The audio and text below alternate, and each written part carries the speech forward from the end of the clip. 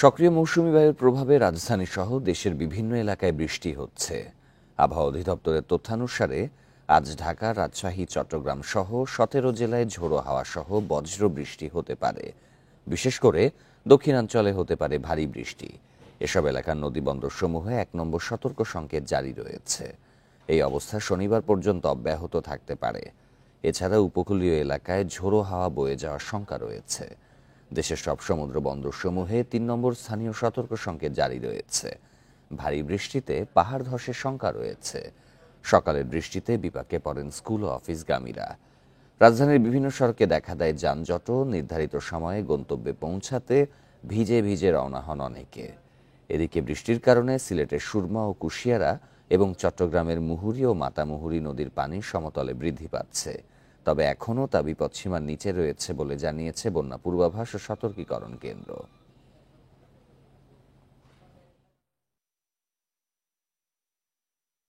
সব জায়গাতেই প্রায় পানিবদ্ধতা। আর এই যে অফিস যাওয়ার সময় মেন ভোগান্তিটা হচ্ছে আমাদের ট্রাফিকের ব্যবস্থাপনা এখন আগের মতো নাই। অফিসে যাতায়াতের সমস্যা, তারপর যানবাহনে যানজট লেগে আছে, রোডে স্বাভাবিকভাবে চলা যাচ্ছে না। বৃষ্টির যে ধারা, সেই ধারা আমাদের এখন পর্যন্ত আমাদের প্রেডিকশন অনুযায়ী আরও 2 দিন মোটামুটি অব্যাহত থাকার সম্ভাবনা আছে। তারপরে কিন্তু বৃষ্টির প্রবণতা কমে আসবে। বৃষ্টির প্রবণতা একেবারে বৃষ্টি শেষ হয়ে যাবে না, তবে বৃষ্টির প্রবণতা কমে আসবে। অর্থাৎ বিচ্ছিন্নভাবে বৃষ্টিপাত চলতে থাকবে মোটামুটি 7, 8, 9 তারিখ পর্যন্ত। এ বিষয়ে আরো জানাতে এবার তেজগাঁও থেকে যোগ দিচ্ছেন সহকর্মী মাহমুদুল হাসান। মাহমুদুল, আবহাওয়া পরিস্থিতির বর্তমান যে অবস্থা, তাতে জনজীবনে কেমন প্রভাব পড়েছে? টানা বৃষ্টিরও একটি পূর্বাভাস দেওয়া হয়েছে, এ বিষয়ে কি তথ্য রয়েছে?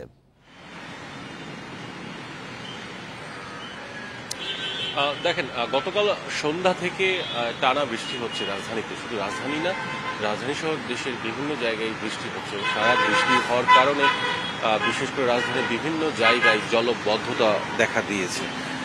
তারই অংশ হিসেবে আজকে সকাল থেকেও যখন ঢাকার বাসিন্দা বা যারা যখন ঘুম থেকে ওঠে অফিস বা যাদের স্কুল কলেজ আছে তাদের যাওয়ার জন্য প্রস্তুতি নিচ্ছিলেন, তখনও তারা বৃষ্টি পায়। এতে করে তারা প্রচণ্ড আকারে ভোগান্তিতে পড়েন এবং একই সঙ্গে বিশেষ করে তাদের যে গন্তব্যে যাওয়ার জন্য যে যানবাহন, সেই যানবাহনগুলো ঠিকমতো পায়নি, যে কারণে বিশেষ করে অফিসগামী যারা আছেন তারা অনেকটাই ভোগান্তিতে পড়েছিলেন। এবং এই বৃষ্টির কারণে এমনিতেই রাজধানীতে বেশ কিছুদিন ধরে যানজট, ভয়াবহ যানজট দেখা যাচ্ছে। ঘন্টার পর ঘন্টা রাস্তায় বা সড়কে বসে থাকতে হচ্ছে।